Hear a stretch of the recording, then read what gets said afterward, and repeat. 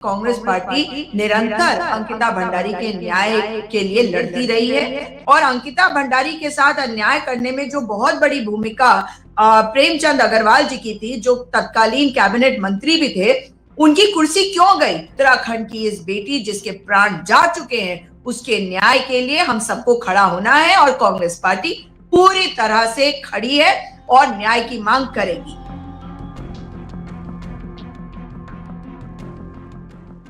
इस ऑडियो को जो ऑडियो तो सुना, उसके अलावा जो इन्होंने वीडियो जारी किया उसमें एक चीज और सामने आई। कभी वो दुष्यंत गौतम को कहती हैं कि ये गट्टू है, इन्हीं का नाम गट्टू है और यही गए थे।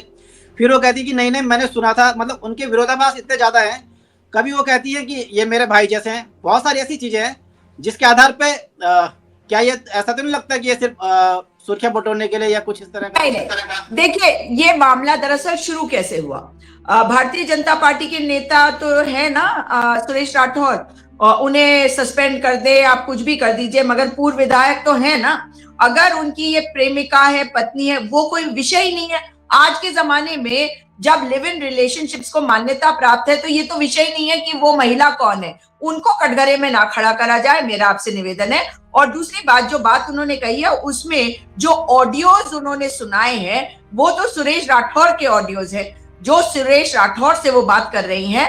और प्लीज रिमेंबर, विलियम शेक्सपियर ने भी कहा था, hell hath no fury like a woman scorned. अगर किसी महिला के साथ आप कुछ गलत कर देते हैं तो उसके गुस्से की कोई सीमा नहीं होती। और आज अगर गुस्से में इन्होंने वो बातें जो इनकी आपस की बातें हैं उनको सामने लाके रख दिया, तो हमें उस तरीके से इस बात को समझना चाहिए कि इनकी पर्सनल प्रॉब्लम्स होंगी। लेकिन इस ऑडियो में क्या कहा गया, वो क्या आपने लाइव में कह रही हैं? चलिए तथ्यात्मक तरीके से इनकी बात करते हैं और क्रोनोलॉजिकली।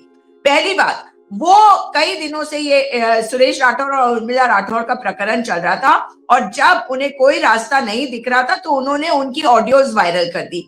उन ऑडियोज में सुरेश राठौर खुद बहुत मतलब उनके शब्दों का चयन बहुत खराब था, तो उस ऑडियो को आप नहीं सुना सकेंगे। लेकिन उसमें उन्होंने कहा कि गट्टू यानी कि दुष्यंत गौतम, उन्होंने इस बात को कहा है। तो आप उर्मिला राठौर को भले ही कुछ भी कह दीजिए, बड़ा आसान है किसी महिला को टारगेट करना, और एक महिला टारगेट होके दुनिया से जा चुकी है, हमारी अंकिता भंडारी बेटी। और उसमें ऑडियो की बात करें तो ऑडियो में साफ तौर से गट्टू तुम्हारा भाई, यानी कि वो महिला, दोनों की बातचीत से ये साफ हो गया कि वो बहुत उनको मानती हैं दुष्यंत गौतम को। लेकिन अब जो है सुरेश राठौर उनको बता रहे हैं कि ये गट्टू जो है ये दुष्यंत गौतम है और दुष्यंत गौतम ही वहां जा रहा था वनंतरा रिजॉर्ट में और वहां पर बहुत कुछ ऐसा ही होता था। ये बात भी साफ आई है। इन्होंने एक और नाम दिया है आरती गौड़ का। आरती गौड़ के बारे में जब इन्होंने कहा तो आरती गौड़ ने अब तक इनके ऊपर एफआईआर क्यों नहीं करी? अरे चोर की दाढ़ी में तिनका होता है, इन सब की तो पूरी दाढ़ी में ही झाड़ी है। क्योंकि पहली बात, सरकार को स्वतः संज्ञान लेना चाहिए था। वो पुलिस भेजकर इनसे ऑडियो लेने की बात कर रही है, इन्हें डराने की बात कर रही है। तुरंत कार्रवाई करके इनको सुरक्षित जगह पर भी रखा जाना चाहिए, इन्हें सुरक्षा भी प्रदान करी जानी चाहिए। और ये ट्रिपल इंजन की सरकार है, क्योंकि पौड़ी के अजय सिंह बिष्ट आज योगी आदित्यनाथ मुख्यमंत्री हैं उत्तर प्रदेश के। ये उनके जिले की, यानी कि पौड़ी जिले की बेटी अंकिता भंडारी के न्याय से जुड़ा मामला है, जिसपे आज तक एक शब्द नहीं बोला योगी आदित्यनाथ ने।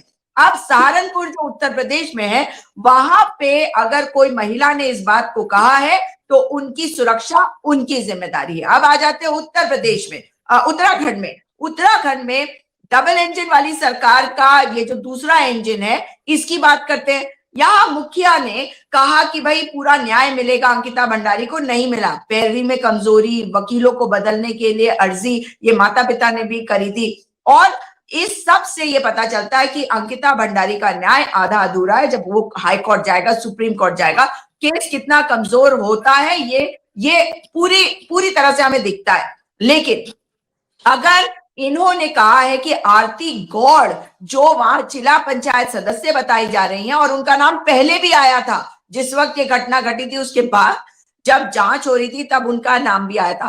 अब वो खुद अपने वो लाइव करती है रात को, उसमें खुद स्वीकार किया उन्होंने कि हाँ मैंने एई को फोन किया था, मेरे क्षेत्र में कोई जेसीबी कोई बुलडोजर आएगा तो मैं क्या पता नहीं लगाऊंगी। तो ये बात तो उन्होंने मान ली कि उन्हें पता था कि बुलडोजर आ रहा है। वो ये भी कह रही हैं कि मुझे ये था कि भाई अंकिता भंडारी की के साथ ऐसा हो गया, कहीं साक्ष्य तो नहीं मिटाए जा रहे, यानी कि उनको भी ये पता है कि साक्ष्य मिटाने के लिए भी बुलडोजर आ सकता है।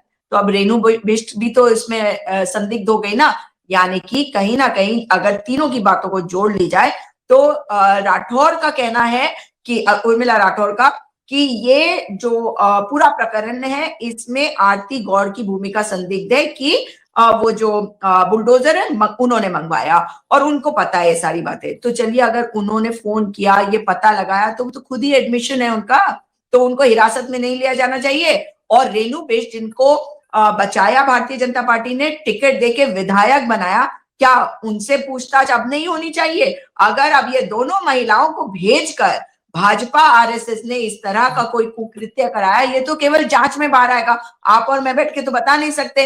लेकिन ये साफ है कि ये पूरी चेन है, जो ये महिलाएं जो है इन्वॉल्व हुई उस बुलडोजर को चलाने के लिए, और उसके कमरे पे चलाकर सारे साक्ष्य मिटाए गए। कौन से साक्ष्य थे ये तो पता होना चाहिए। सीसीटीवी फुटेज नहीं मिला।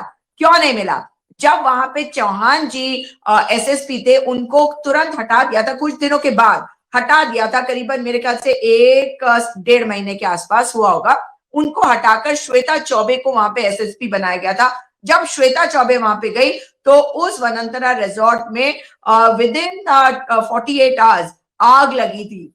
तो ये आग क्यों लगी थी? और वो कहा गया कि वो बगल के एरिया में था। आज तक वहां पर कोई कार्रवाई इस बात पे नहीं हुई कि वो आंवला फैक्ट्री के लिए, आंवला कैंडी फैक्ट्री के लिए जगह दी गई थी सरकार के द्वारा, मगर वहां पे रिजॉर्ट बना। तो बहुत सारे सवाल है जो जांच में सामने आएंगे, और जो उर्मिला राठौर कह रही है उसमें तथ्य इसलिए हो जाते हैं क्योंकि जो ऑडियो है, उस ऑडियो में सुरेश राठौर ने गट्टू नाम लिया, गट्टू को उस दुष्यंत गौतम बनाया। तो अब तो भाजपा को बताना पड़ेगा ये कौन सा दुष्यंत गौतम है। ये दुष्यंत गौतम क्या दिल्ली से आकर यहाँ पे अपनी अय्याशी करता था, और उत्तराखंड की बेटी क्या इनकी अय्याशियों के लिए है? तो आज बहुत मामला संदिग्ध हो चुका है, और ये बात साफ है कि ये ऑडियो सामने आने के बाद सुरेश राठौर भी कटघरे में आके खड़े हो गए, क्योंकि उनके पास जो डिटेल्स है वो सामने आनी चाहिए, और इन सबको सुरक्षा भी मिलनी चाहिए। ये बेहद जरूरी है, वरना इनका क्या है, पता चलेगा कि किसी का कोई एक्सीडेंट हो गया, पता चला कोई बीमार हो गया, किसी को हार्ट अटैक हो गया, किसी की मृत्यु हो गई। ये सब नहीं चाहिए हमको। हमें अंकिता भंडारी का न्याय चाहिए। और भारतीय जनता पार्टी का रिकॉर्ड बताता है कि महिला सुरक्षा में, महिला अपराध में ये किस कदर नाकाम रहे हैं और महिला अपराध में किस कदर कामयाब भी रहे हैं। और आज अंकिता भंडारी के न्याय के लिए हम सबको बोलना पड़ेगा, और संदिग्ध जो है उनको हिरासत में लेकर कार्रवाई की जानी चाहिए।